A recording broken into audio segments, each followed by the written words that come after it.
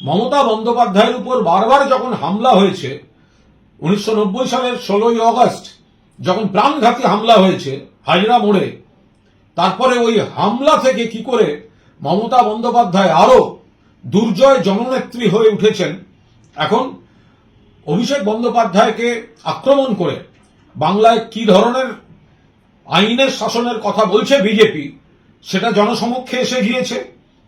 পাশাপাশি আমরা আশাবাদী যে এতদিন যাকে শুধুমাত্র মমতা বন্দ্যোপাধ্যায়ের ভাইপো বলে তকমা দেওয়া হতো, আজ তাকে আক্রমণ করে তার পুনর্জন্ম দিল ভারতীয় জনতা পার্টি।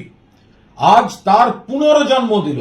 এতদিন শুধুমাত্র ভাইপো বলে যাকে অভিহিত করত, আজ পরিকল্পিতভাবে তার উপর আক্রমণ করে তার নেতৃত্বকে প্রতিষ্ঠা করে দিল।